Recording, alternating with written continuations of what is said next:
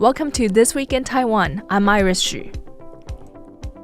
Every Saturday, we break down the biggest stories making headlines across the country. From politics and policy to culture and the unexpected.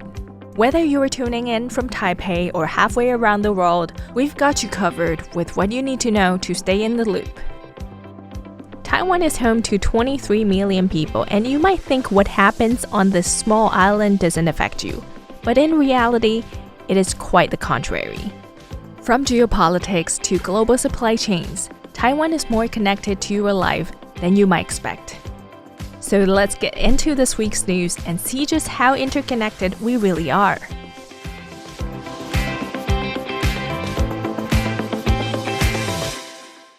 On Monday, Typhoon Ragasa's official death toll has been revised to 18. Search and rescue teams are still on the ground and 7 people remain missing. The cabinet held a morning briefing on recovery efforts led by the Central Emergency Operations Center and Hualien County officials, focusing on the Taiwan overflow disaster zone.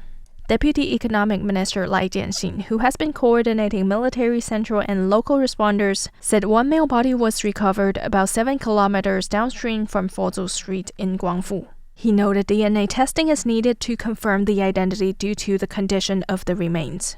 Nationwide, 107 people are reported injured, and 652 residents are sheltering in displacement centers.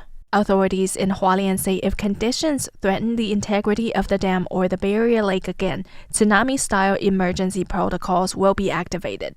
The Forestry and Nature Conservation Agency adds that air raid sirens will sound similar to a tsunami warning if heavy rain, earthquakes, or other abnormalities endanger the barrier lake. New drone footage from the Agriculture Ministry shows the Taiwan Creek Barrier Lake remains unstable, holding 6.1 million metric tons of water, about 6.7% of its original capacity. A red alert remains in effect due to continued inflow and ongoing instability.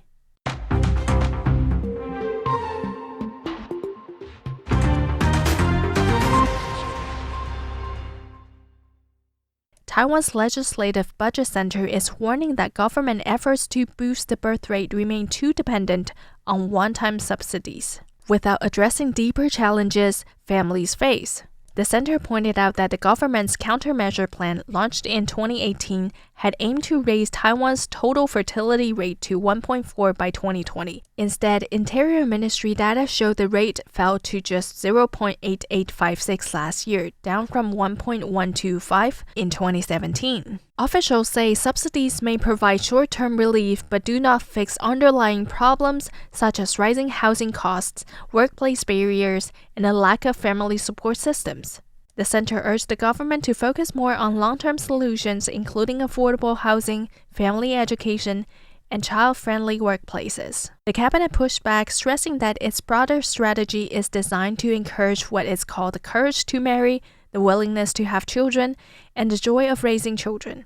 It highlighted initiatives such as a parental leave at 80% of salary, expanded IVF subsidies, new tax incentives, and workplace reforms. Since 2021, more than 130,000 IVF subsidy applications have been approved, leading to 30,000 babies born with government support.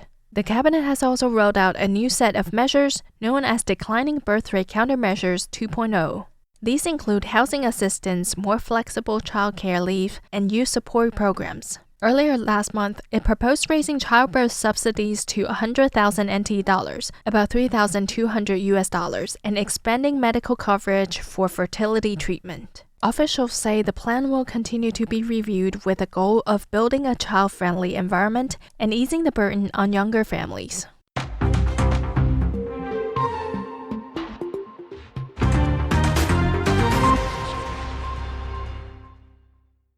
Taiwan's Foreign Minister Lin Chia-lung says Taiwan is ready to stand with Europe to strengthen global supply chains and defend democratic values. Speaking at the 12th Warsaw Security Forum on Monday, Lin became the first Taiwanese foreign minister invited to address the high-profile conference, which gathers senior officials, defense experts, and business leaders from around the world.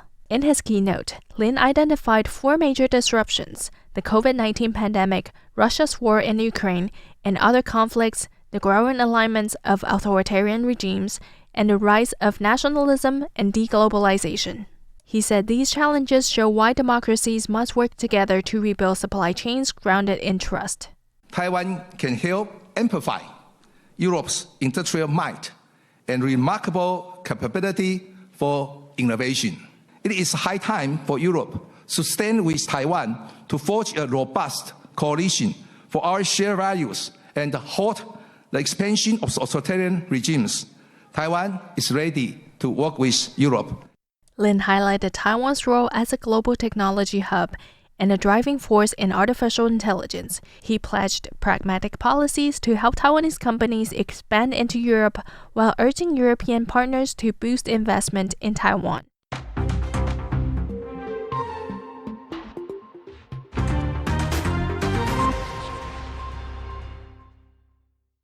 Nvidia's plan to build its Taiwan headquarters in Taipei has hit fresh uncertainty after the city government rejected a proposed land transfer arrangement, citing concerns it could improperly benefit private interests. In May, Nvidia CEO Jensen Huang unveiled the Constellation project, announcing the company would establish a major overseas headquarters at the Beito Shilin Technology Park. The decision capped years of searching for larger premises as Nvidia's Taiwan engineering teams had outgrown existing offices.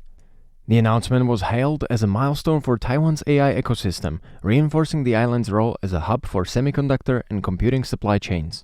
The project centered on the T17 and T18 plots of the park, where Shin Kong Life Insurance holds the surface rights. Nvidia and Shin Kong signed a memorandum of understanding last year, but it expired at the end of September. Both parties reportedly favored a direct transfer of the rights from Shin Kong to Nvidia, with Nvidia offering compensation. Taipei officials, however, refused, warning that such a deal could breach regulations and appear to enrich a private developer. Taipei Mayor Jiang Wan-an said the city would only allow the project to proceed under two legal options. Shin Kong must either complete construction of the office complex before transferring it to Nvidia or cancel its contract and return the land so Taipei can reassign the rights directly. He stressed any assistance would strictly follow legal procedures. There are two options. One option is to follow the contract. Shin Kong completes construction, obtains the usage permit, and then transfers it to Nvidia. The other option is for both parties to agree to terminate the contract, after which the Taipei city government will reassign the surface rights to Nvidia. So I think in all matters, we will fully provide assistance in accordance with the relevant contract provisions and procedures.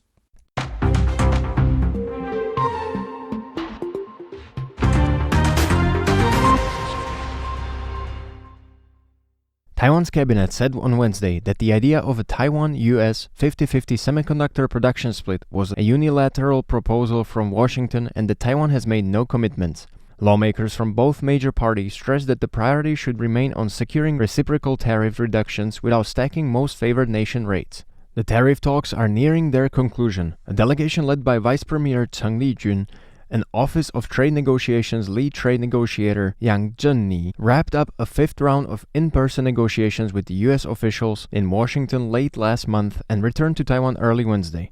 Asked about U.S. Commerce Secretary Howard Lutnick's comments on Sunday suggesting a 50-50 chip arrangement, Cheng told reporters at Taiwan Taoyuan International Airport that Taiwan had never made such a pledge and would not accept such conditions. Democratic Progressive Party legislator Rosalia Wu said Taiwan's semiconductor supply chain gives the nation critical global leverage and negotiators are focused on securing the greatest benefits.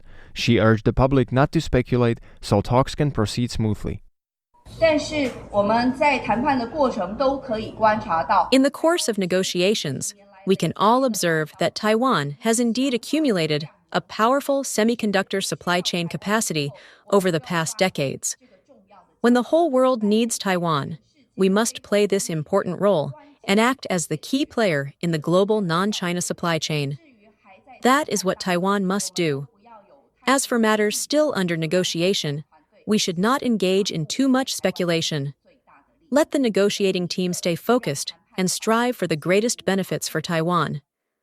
KMT legislator Ke Zhi-en said the plan would be deeply unfair to TSMC and the nation's technological development, warning against making unequal concessions simply to secure lower tariffs.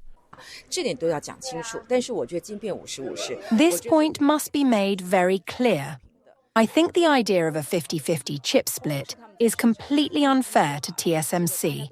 From start to finish, it has been TSMC doing the research and development and also the production.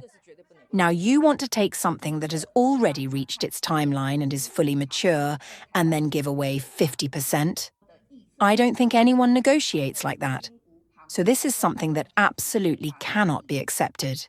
The Office of Trade Negotiations said Taipei would safeguard national and industrial interests and that a trade agreement would only be signed once both sides reach full consensus.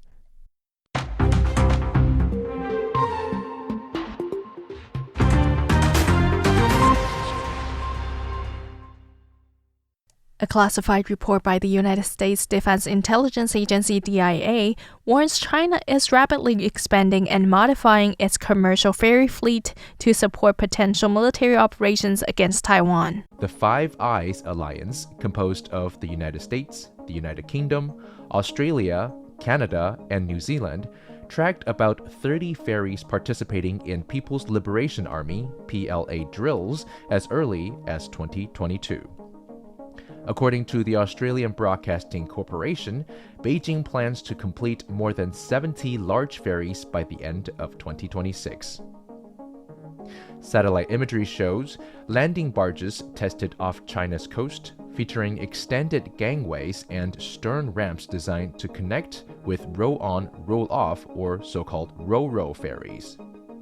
Shipyards are producing barges ranging from 110 to 185 meters, which can link together into an approximately 820-meter floating pier. Analysts at the U.S. Naval War College says the design clearly aligns with PLI ferry operations to speed up troop and equipment landings. The Center for Strategic and International Studies, CSIS, said China is building 76 ferries by 2026, ostensibly for civilian use, though many have been filmed in PLA drills. U.S. Indo-Pacific Command warned that direct troop insertions are normally carried out by warships, but the PLA is testing ferries for this role.